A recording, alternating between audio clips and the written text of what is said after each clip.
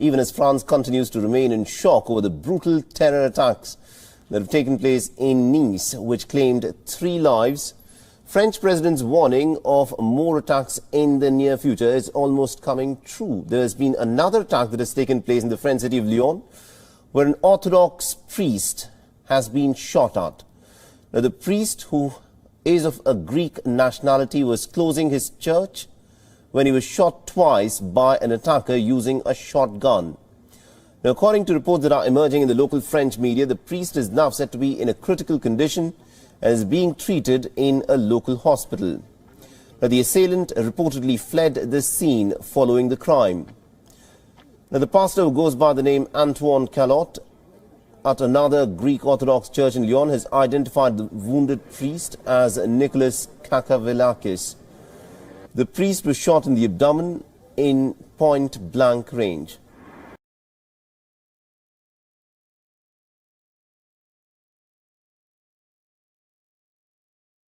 The country's Ministry of Defence says it's making gains on the battlefield and is inching closer to this contested gem. Shusha sits in the Karabakh Mountains, almost in the centre of the occupied region. It's strategically important because of its elevation. It's perched high above other towns and cities, including the region's capital, Hankandi, and that makes it a valuable military vantage point. Azerbaijan says it's retaken more than 170 towns and cities in the past 5 weeks, and former Shusha residents hope their city will be next.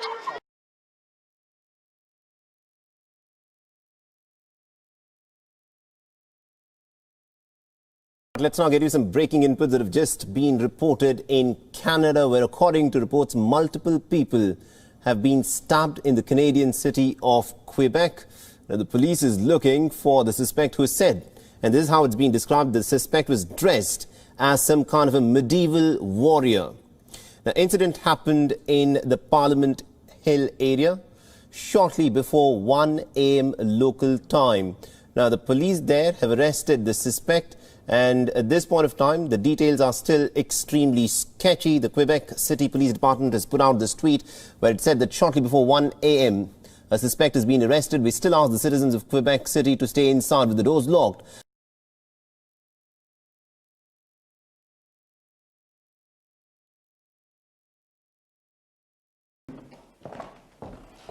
And so now is the time to take action, because there is no alternative. And from Thursday until the start of December, you must stay at home. You may only leave home for specific reasons, including for education, for work, let's say if you cannot work from home, for exercise and recreation outdoors with your household or on your own with one person from another household, for medical reasons, appointments, and to escape injury or harm, to shop for food and essentials, and to provide care for vulnerable people or as a volunteer. I'm afraid non-essential shops, leisure and entertainment venues will all be closed. Pubs, bars, and restaurants must close except for takeaway and delivery services.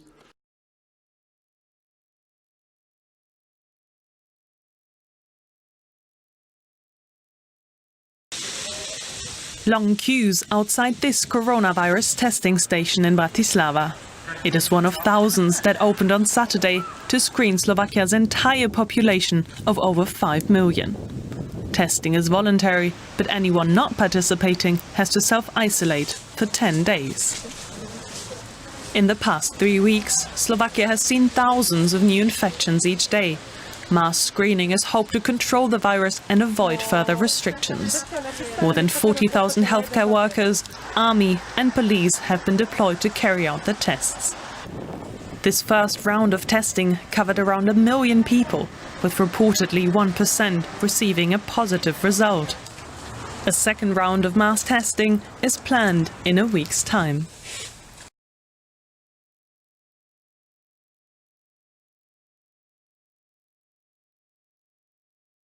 Now to the new fallout from the Breonna Taylor case. The police officer shot in the operation at her home that left her dead is now suing Taylor's boyfriend, Kenneth Walker, claiming he suffered severe trauma and emotional distress. Good morning to you, Michael. Just putting this into a little context. This lawsuit is coming from one of the officers in this case who many feel should have been charged with murder but was not. And for the victim who was killed and her many supporters, this is entirely upsetting. He is the face of law enforcement in this divisive case out of Kentucky. When they say her name, Breonna Taylor, who even the police now agree should never have been killed in her home, Jonathan Mattingly was the officer leading the charge outside her door. And this morning, the 47-year-old is suing the victim's boyfriend, who fired a shot through the door, thinking that the police were thieves. The police officer who was seriously wounded is now suing Taylor's boyfriend, Kenneth Walker, accusing him of battery, assault, and intentional emotional distress.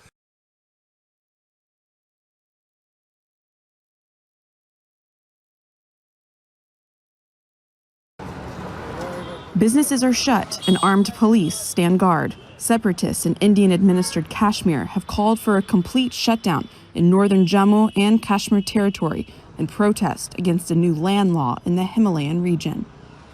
Earlier this month, the government in New Delhi amended a law in Jammu and Kashmir allowing Indians from other regions to buy land in the disputed territory. Kashmiris fear the new law could lead to a land grab to change the Muslim majority character of the region.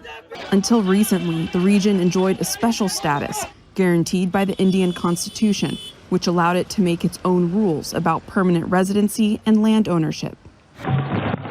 But in August of last year, Prime Minister Narendra Modi's government scrapped the region's autonomy, effectively annexing the territory.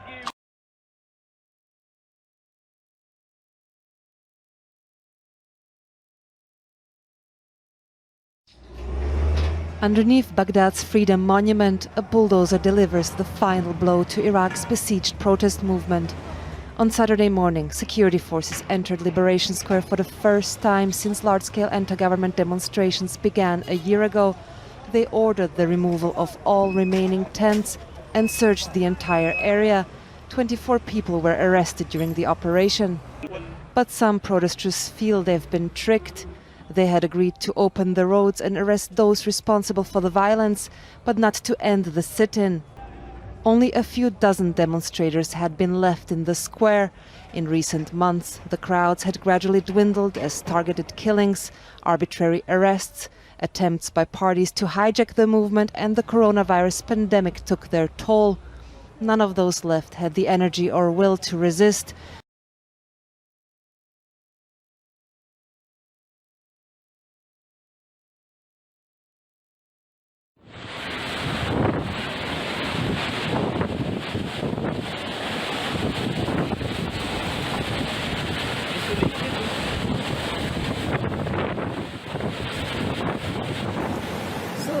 Yan po ngayon yung ilog dito sa ano.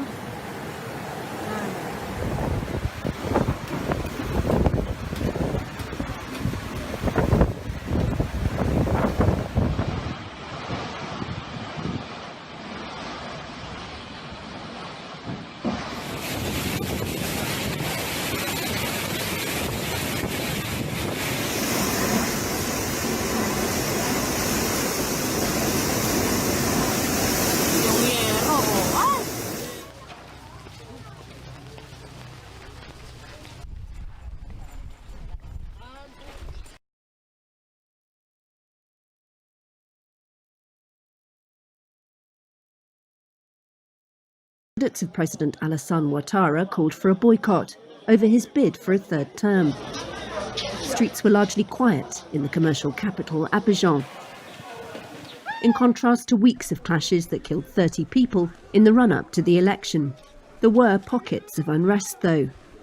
Opposition supporters trying to stop voters entering polling stations. Several were ransacked. Ouattara called for an end to, quote, criminal acts and civil disobedience when he cast his vote in an upmarket neighbourhood of Abidjan. His two main rivals, former President Henri Konan Bedi and former Prime Minister Pascal Affi N'Guessan, have called for an election boycott. Ouattara's critics say he's breaking the law by running again.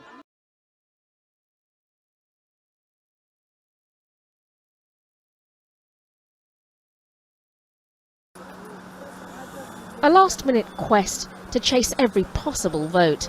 The frontrunner and current president Igor Dodon, Moldova is a country of traditional values and should remain within Russia's sphere of influence.